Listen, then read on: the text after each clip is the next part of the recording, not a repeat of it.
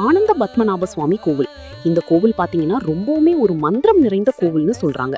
இந்த கோவிலுக்கு கீழே, அதாவது இந்த கோவிலுடைய அடித்தளத்துல மொத்தமா 7 அறைகள் இருக்கிறதா சொல்றாங்க.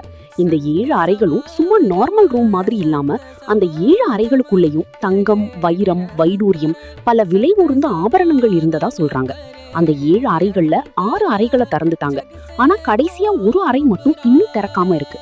அந்த அறை ஏன் இன்னும் திறக்கப்படல அப்படின்னா, 6 அறைகள் திறந்தப்பையும் எந்த ஒரு தடங்களும் இல்லாம ஈஸியா திறந்துட்டாங்க. ஆனா 7வது ஒரு அறையை திறக்கும் போது மட்டும் பல்வேறுபட்ட தடங்கல்கள் வந்ததாவும் சொல்றாங்க.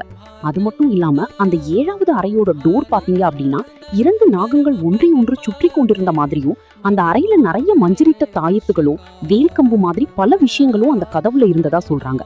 விஞ்ஞானிகள் அதை அட்வான்ஸ் டெக்னாலஜி கொண்டு அந்த கதவை திறக்க முயன்ற போதிலும் அந்த கதவு திறக்கவே முடியல அப்படின்னு சொல்றாங்க.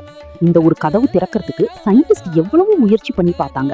என்னதான் அட்வான்ஸ் டெக்னாலஜி கொண்டு இந்த கதவை திறக்க முயற்சி பண்ணாலும் இந்த கதவை திறக்கிறப்போ நிறைய சிக்கல்கள், தடங்கல்கள் வந்ததுனால இந்த கதவை யாருமே இதுவரைக்கும் திறக்க முயற்சி பண்ணலைன்னு சொல்றாங்க.